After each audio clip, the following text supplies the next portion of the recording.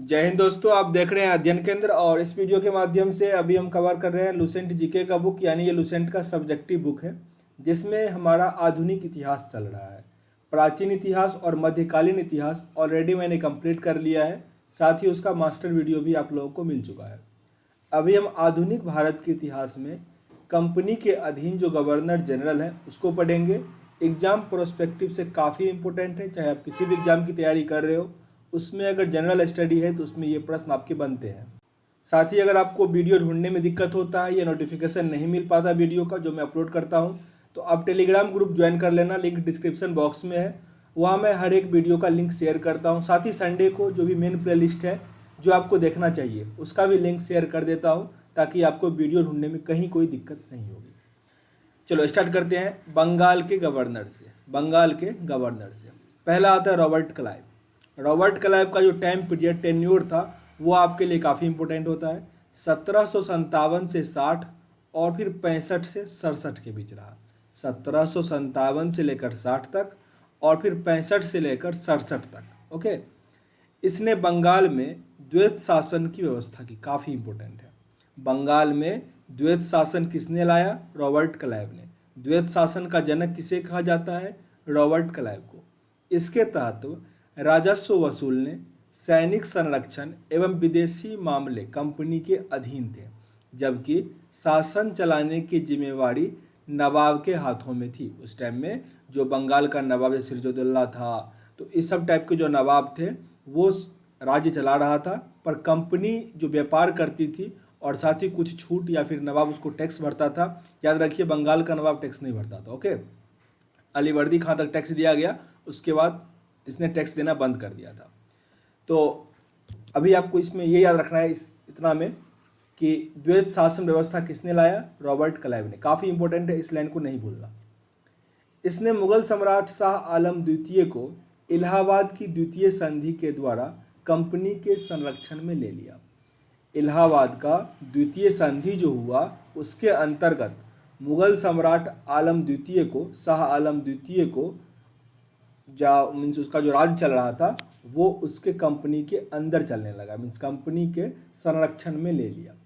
Robert Clive ने बंगाल के समस्त क्षेत्र के लिए 2 उप दीवान, बंगाल के लिए मोहम्मद राजा खां और बिहार के लिए राजा सिताब राय को नियुक्त किया कि वो इसका देखभाल करेगा। अन्य गवर्नर वारेलास्ट कार्टियर जो कि 6769 तक रहा, कार्टियर 1769 से 72 तक रहा, वारेन हेस्टिंग 72 से 74 तक रहा। आगे हम वारेन हेस्टिंग के बारे में काफ़ी डिटेल से पढ़ेंगे क्योंकि ये इंपॉर्टेंट है। ओके, तो द्वैत शासक का जनक कौन था? जरा कमेंट बॉक्स में एक बार लिख दो, काफ़ी इंपॉर्टेंट है, उसको नहीं भूलना। अभी हम पढ़ रहे थे कंपनी के अधीन गवर्नर, अब आता है गवर्नर जनरल। मीन्स उसी पोस्ट को क्या कर दिया, जब पोस्ट थोड़ा विस्तृत हुआ तो उसके नाम में भी थोड़ा चेंजेस कर दिया गया। तो गवर्नर अब क्या बन गया? गवर्नर जनरल बन गया। रेगुलेटिंग एक्ट 1773 में आता है। इसके अनुसार बंगाल का जो गवर्नर था अब वो अंग्रेजी क्षेत्र का गवर्नर जनरल कहा जाने लगा। मीन्स पहले जिसे हम बंगाल का गवर्नर कहते थे, अब उसी पोस्ट को क्या कहा जाने लगा? बंगाल का गवर्नर जनरल। इसका कार्यकाल 5 वर्षों के लिए निर्धारित किया गया। मद्रास एवं बम्बई के गवर्नर को इसके अधीन कर दिया गया। मीन्स एक गवर्नर जनरल होगा, इसके अंदर क्या हो गया? गवर्नर आ गया। इस प्रकार भारत में कंपनी के अधीन प्रथम गवर्नर जनरल कौन बन गया? वारेन हेस्टिंग, जो 74 से 85 तक रहा। 74 से 85 तक रहा। इसने 2 टेन्योर लगभग कंप्लीट किया। ओके, फिर से रिपीट कर लो, यहाँ पे इंपॉर्टेंट कुछ है कि 1773 ईस्वी में जो रेगुलेटिंग एक्ट आया उसके अनुसार बंगाल का गवर्नर क्या हो गया? अब गवर्नर जनरल बन गया। क्लियर? और बंगाल का पहला गवर्नर जनरल कौन बना, या भारत के कंपनी का पहला गवर्नर जनरल कौन बना? तो वारेन हेस्टिंग बना। वारेन हेस्टिंग बना। वारेन हेस्टिंग 1750 ईस्वी में कंपनी के एक क्लर्क के रूप में कलकत्ता में आया था और अपनी कार्य कुशलता के कारण कासिम बाजार का अध्यक्ष और फिर बंगाल का गवर्नर और फिर लास्ट में गवर्नर जनरल बन गया। यहाँ से सबसे इम्पोर्टेंट फैक्ट ये आता है कि रेगुलेटिंग एक्ट कब आया? सबसे पहला 1773 में। पोस्ट चेंज होकर गवर्नर जनरल बन गया। पहला गवर्नर जनरल वारेन हेस्टिंग था, इसको नहीं भूलना। अब यहाँ वारेन हेस्टिंग के बारे में कुछ तथ्य दिया गया है, सारे इंपॉर्टेंट है, ध्यान से देखिएगा। इसने राजकीय कोषागार को मुर्शिदाबाद से हटाकर कोलकाता ले गया। मीन्स जो वित्त या कोषागार था जहाँ पे पैसा रखा जाता था, मीन्स जो संपत्ति थी या राजधानी कह लो, वो मुर्शिदाबाद से लेकर कहाँ चला गया, वो कोलकाता चला गया। 1772 ईस्वी में इसने प्रत्येक जिले में एक फौजदारी और दीवानी अदालतों का स्थापना कर दिया। फौजदारी अदालतें सदर निजामत अदालत द्वारा निरीक्षित होती थी। नजीम द्वारा नियुक्त दरोगा अदालत की अध्यक्षता करता था। दीवानी अदालत में कलेक्टर मुख्य न्यायाधीश होता था। कलेक्टर ही क्या होता था, मुख्य न्यायाधीश होता था।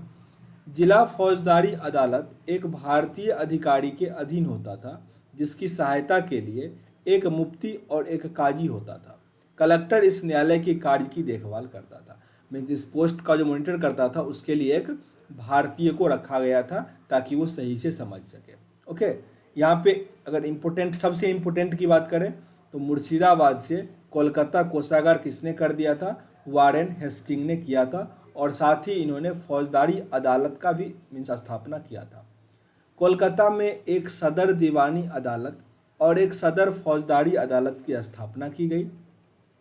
सदर दीवानी अदालत में कलकत्ता काउंसिल का सभापति और उसे काउंसिल का 2 सदस्य राय रयन और मुख्य कानूनगो की सलाह से न्याय करते थे। सरदार फौजदारी अदालत के नवाब निज़ाम मुख्य काजी भी इस न्याय का ही फैसला करता था मुगल टाइम में। ओके, मुफ्ती और 3 मौलवियों की सलाह से न्याय करते थे। जिले के दीवानी और फौजदारी अदालतों के मुकदमे अंतिम निर्णय के लिए सदर अस्पतालों में भेजे जाते थे। मीन सदर जो होता था, सदर अदालत, ये एक तरह से सुप्रीम कोर्ट होता था, यहाँ पे अंतिम निर्णय होता था। याद रखिएगा, इन्हीं के टाइम में, वारेन हेस्टिंग के टाइम में ही जो हाई कोर्ट है दिल्ली में, उसका स्थापना किया गया था 1774 ईस्वी में। रेगुलेटिंग एक्ट 1773 के अंतर्गत ही। ओके, जिसके जो प्रथम न्यायाधीश थे वो कहते हैं सर एजिला एम पे। वो सब हम संविधान में पढ़ेंगे और डिटेल में। अगर यहाँ पे दीवानी मुकदमों में जातीय कानून अर्थात हिंदुओं के संदर्भ में हिंदू कानून और मुसलमान के लिए मुस्लिम कानून लागू किया गया था, जबकि फौजदारी मुकदमे में मुस्लिम कानून लागू किया जाता था।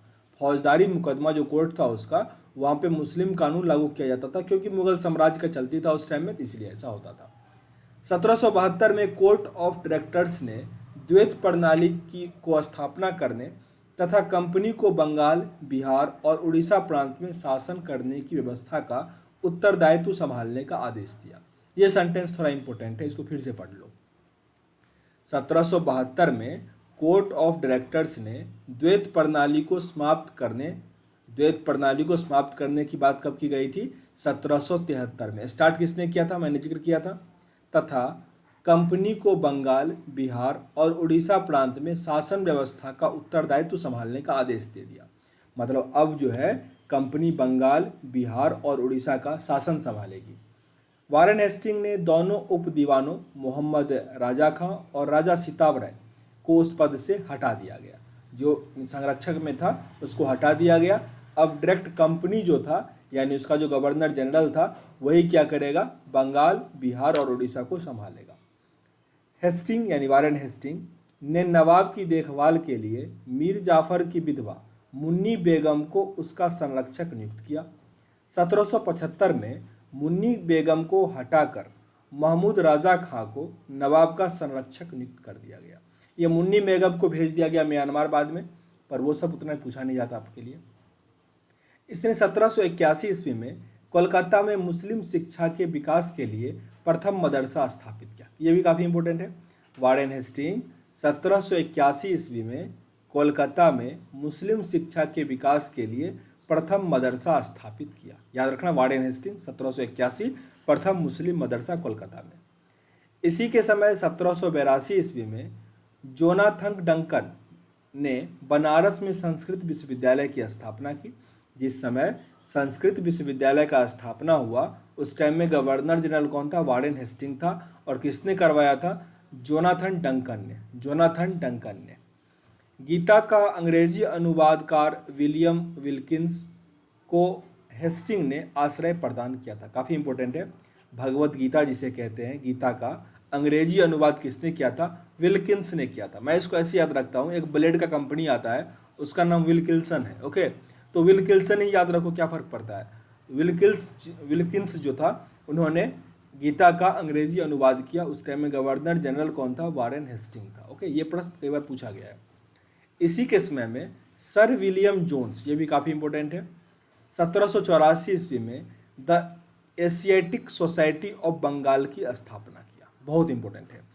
एशियाटिक सोसाइटी ऑफ बंगाल का स्थापना किसने किया? विलियम जोन्स ने किया। फिर से रिपीट कर लो, the Asiatic Society of Bengal का स्थापना किसने किया? विलियम जोन्स ने किया था 1784 में। नहीं भूलना, बहुत बार पूछा जाता है ये। इसने मुगल सम्राट को मिलने वाला 26 लाख रुपये की वार्षिक पेंशन भी बंद करवा दी। स्टार्टिंग में मुगलों को मीन्स ठगने के लिए कह लो कि अब ताकि अंग्रेज का विस्तार हो सके, उसने कहा कि हम आपको 26 लाख, शाह आलम द्वितीय के साथ ऐसा हुआ था, 26 लाख रुपया देंगे आपको, आप हमको शासन कर रहे हैं तो सैनिक हम प्रोवाइड करवाएंगे। फिर बाद में क्या कर दिया गया? पेंशन बंद करवा दिया गया। इसी के समय में 1780 ईस्वी में भारत का पहला समाचार पत्र द बंगाल गजट का प्रकाशन जेम्स ऑंगस्टन हिक्की ने किया था। जेम्स हिक्की याद रखो, जेम्स हिक्की ने द बंगाल गजट जो है वो 1780 में भारत का ये पहला समाचार पत्र था, उसको प्रकाशित किया। प्रश्न अगर ये आ जाए कि भारत का पहला समाचार पत्र कौन था, तो बंगाल गजट, काफ़ी इंपॉर्टेंट है। बंगाल गजट 1780 में हुआ था। किसने प्रकाशन किया था? तो जेम्स हिक्की ने, जेम्स ऑंगस्टन हिक्की ने। ओके, इसी के समय में रेगुलेटिंग एक्ट के तहत 1774 में कलकत्ता में उच्चतम न्यायालय की स्थापना की गई। मैं इसी का जिक्र कर रहा था, जो संविधान में पढ़ेंगे हम। 1774 ईस्वी में कोलकाता में उच्चतम न्यायालय की स्थापना की गई। उस टाइम में उच्चतम मतलब जहाँ भी उच्चतम लगा ना, मीन सुप्रीम कोर्ट हो गया। वर्तमान में उच्चतम न्यायालय कहाँ पे है? दिल्ली में है। अब ये बन गया है हाई कोर्ट। ओके, उस टाइम में ये उच्चतम न्यायालय था, जिसका अधिकार क्षेत्र कलकत्ता तक था। कलकत्ता के बाहर का मुकदमा तभी सुना जाता था जब दोनों पक्ष सहमत हो, जब दोनों चाहेगा कि इसका फैसला कोलकाता तक जाए, तब वो सुप्रीम कोर्ट तक जाता था। इस न्यायालय में अंग्रेजी कानून लागू होता था। इसका मुख्य न्यायाधीश एजिला इम्पे थे। मीन्स प्रथम न्यायाधीश जो बना था, मुख्य न्यायाधीश, वो कौन थे? एजिला इम्पे थे। कब बना था? 1774 ईस्वी में कलकत्ता में उच्चतम न्यायालय बना था। काफ़ी इंपॉर्टेंट है, नहीं भूलना इसे। इसे 1782 में इस्तीफा देना पड़ गया था। हेस्टिंग ने बंगाली ब्राह्मण नंद कुमार पर झूठा आरोप लगाकर न्यायालय में फांसी की सजा दिलवा दी थी। ओके, आगे आते हैं। दिया गया प्रथम आंग्ल मराठा युद्ध, काफ़ी इंपॉर्टेंट है।